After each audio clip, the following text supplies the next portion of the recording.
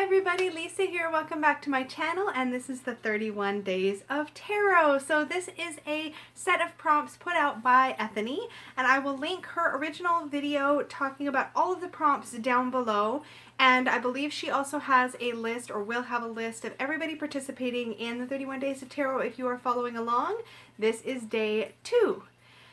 So in this prompt, we are asked to talk about our 5 favorite tarot decks of 2018. So this can be decks we purchased that were new to our collection in 2018, or decks that were released in 2018. I went with stuff new to my collection because there was a lot. So I'm going to talk about my top 5, and in no particular order, mostly I'm just going to grab from my little pile of 5 over here and start talking about them. So the first one is probably going to be no surprise if you watched my Tarot Knockout series, which was one of the very first tarot tags I did on my channel this year. This is the lovely Fountain Tarot, and this one is by, let me give you the authors here, if I'm not super clumsy. This one is created by Jonathan Saiz, written by Jason Gruel, and designed by Andy Todaro. So this was a collaboration. This deck is such a fantastic neutral deck. Some people say that this reads very cold for them, but I find that this deck reads absolutely beautifully for me. I get lots of great intuitive stuff off of this deck. It's a little bit modern, but also I find that the images are just really evocative. They were all original oil paintings, which I really enjoy decks that are a painted or illustrated type of art. Probably among my favorite Two of Swords ever. I just adore this deck, and it has been no fail for me. If I bring this out for a client reading, guaranteed, or for a reading for myself or even a friend, I always get very clear messages. It's easy, it's breezy. If anything, I would say that this deck does have a bit of a airy or watery vibe to it. I would not describe this deck as earthy or fiery. So yeah, watery or airy. I think most people would describe this as more of an air elemental energy deck. I adore it. I love this Seven of Swords. Love it. And I find all the images are very recognizable when you lay them out on a spread. So this has been a fantastic, exciting deck for me to work with this year. I think I got this deck at the beginning part of 2018, and I love, love, love it. Love it. No complaints whatsoever. And when I did my Tarot Knockout, spoiler alert, this one was the winner. I will try to remember to link the Tarot Knockouts videos, but they might be a little cringy because they were among my first. But yeah, Fountain Tarot. Beautiful, love it. The next one I'm going to talk about was actually a real dark horse for me, is how I like to describe it. This one is the Deviant Moon Borderless. So these are the backs. This imagery is imagery that I had always described as creepy and dark, and it just, I still feel like the artwork is a bit creepy and a bit dark, but this is a fantastic reader. I get some really great stuff off of these cards, and I found it to be wonderful for deeper or shadowier work. Not necessarily only looking at the shadow side of the cards, although it does do that, I think, quite a bit more than other decks that I've had, but really good at sort of calling you on your crap, really good at shaking you out of sort of that light, fluffy, everything is awesome sort of reverie, if that makes any sense. I'm a very watery, fluffy, cuddly kind of person, so sometimes a deck like this is really healthy for me to give me a different viewpoint. And that's what this gave me. I worked with this in the fall. I loved it, and I really thought I wasn't going to, but it ended up being really powerful. It's easily in my top 5 because of its unique voice, at least right now. So I have to mention that. Let's see. Okay. I think I have 6. I have 6. I'm totally cheating. But I don't want to eliminate anybody from this pile. So this is going to be a top 6 of 2018. I'm sorry for breaking the rules, but I have to. So easily in my top 5 for readers, I don't know why I'm showing you the bag. Bag is beautiful. Is the Textured Tarot. This is by Lisa McLaughlin. The guidebook is nothing that exciting to me. I don't really use it, But these cards, this is the backs, and I have edged this deck in a dark gray. Oh, you guys, this deck is stunning. It is a collage style deck, and it's the first collage style deck that really spoke to me. The images are really, really full of good stuff to pull from when you're doing a reading. This deck talks to me very clearly. It's easy for me to read with. Really evocative imagery. It has what I need in it. There's a couple cards in here. Like, I love all of the cards, to be honest. There's a couple I love more than others. I love this Lovers. You've probably heard me say it before on my channel, but I love this Lovers card. Adore Strength. I mean, there's so much here. There's so much here. I just love this deck. So the Textured Tarot by Lisa McLaughlin, definitely in my top 5 for 2018, for sure. Up next, I want to talk about a deck. This is a similar deck in the sense that it was kind of also a dark horse for me.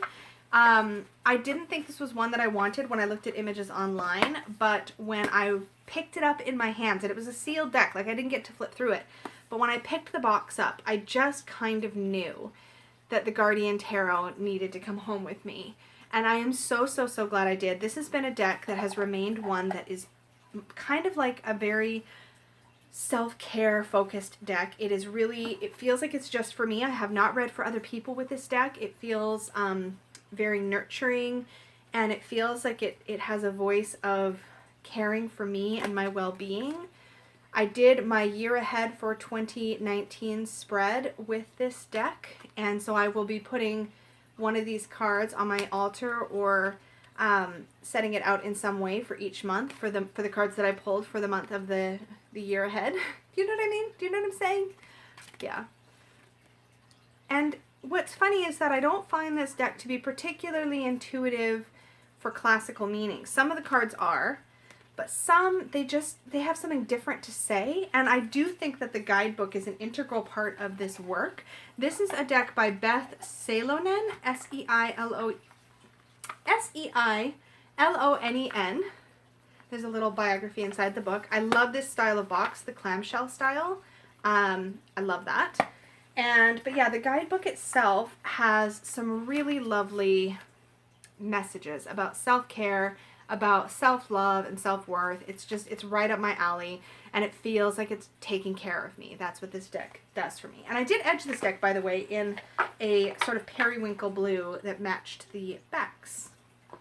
I also edged some of the pages of the book so that I could easily flip to the cards I need. So I did the thing with the elements where I did majors with a purple, and then red for wands, yellow for swords, blue for cups, and green for pentacles. So the Guardian Tarot. Love this deck. Next one, these next two actually came up for me near the end of this year, but they blew me away. So the first of these is the stunning Brady Tarot. So this one comes in this gorgeous box that has a little slide and a little nice fabric cushiony nest for your cards. The guidebook is written by by Rachel Pollack, and is incredible. There is a lot of really great education pieces in this deck. The best way to describe it, a lot of people talked about this as if it was an animal deck. And while yes, there are animals on every card, I would describe this deck as a nature deck. A very, very balanced and National Geographic-like nature deck. And the reason I say that is because there is some pretty brutal reality in nature. There is, there is a predator and prey cycle in nature. There is famine and hardship in nature. And this deck does not sugarcoat any of that. And it does it in a really beautiful way, but also in a very educational way. I feel like I picked up so much knowledge about the natural world just working with this deck for a week solid. I got so much good stuff, and I cannot wait to pull this back into my rotation. If I have clients that really, I feel like, would want or resonate with a nature-based or an animal-based deck, this will probably be the first one I reach for because it is so balanced. Nothing is sugar-coated, but it's not a cruel or harsh deck either. It's just direct. I love the keywords on the cards. I think that they're very fitting when you understand what the meaning of each card is as intended by this deck creator. I just think this deck is stunning. So the artist behind the deck is Emmy, I think it is, Brady. One moment here. I just want to make sure I get her name right. Really? Is it not on here right in the front? The book is by Rachel Pollack. Okay. It's probably in the very back. I think it's Emmy Brady. I know that Brady's the last name. Brady Tarot. Yes, Emmy Brady. I did get that right. Okay, sorry for the long delay. I just wanted to make sure that that was right. The book has this really lovely matte finish, and the cards have this like velvety, almost rose petal-like feel to them. They are gorgeous. The cardstock is heavenly to touch, and it is already gilded in a matte gold, which is really lovely. This deck is just very premium from beginning to end, and I adore it. So that is the Brady Tarot. Very exciting and easily in my top 5. But most exciting, and the reason I needed 6, because I needed to talk about all of those, but Montero happened for me this year, and this was thanks to a very, very generous subscriber who gifted me this deck and completely blew my mind. The Montero has turned out to be my soul deck. This is the first edition Montero. The artist is Joanna Nelson, and there's a little crystal that lives in the box with this deck. This deck is out all the time. I don't rotate with it because it's always available to me. These are the backs. Every single card is my heart. Like, this is my energy in a deck. And it's funny because I am unicorns and rainbows and all of these fluffy things, but there's something about the Montero that just beautifully captures my outlook on the world, I think. I don't know how else to express it, but it's so sweet, and it pulls me into its universe. And it makes me want to go visit and get to know all of these creatures. It's so accessible and colorful, and it's not in any way, I think, unbalanced. In spite of all of these cute characters, the messages are all super clear and poignant, but this is my heart in a deck. I adore every single character in every single card. I just love it, and I couldn't say enough good things about it. The Montero is my heart and my soul, and if I had to have just one deck forever for the rest of my life, this would be the one that I would grab. And that's saying a lot because I have worked with many, many decks, but this one there's something about it. It just blew me away. This deck is, I think, going to be re-released in 2019 in a second edition, so watch for that to come out on Kickstarter. I do believe that Joanna Nelson is planning a second edition, or at least considering it at this point. But yeah, you don't want to miss that if it's out again. It is currently out of print. I was so lucky and so grateful to get a copy of this. But this is my heart. This is my heart. So I'm gonna call it here. That was 6 decks. But this one I feel like is for all of the years, so it just counts. And it was a new to me deck in 2019. So that is it for this video. I will look forward to seeing you again tomorrow. Have a great day. Bye.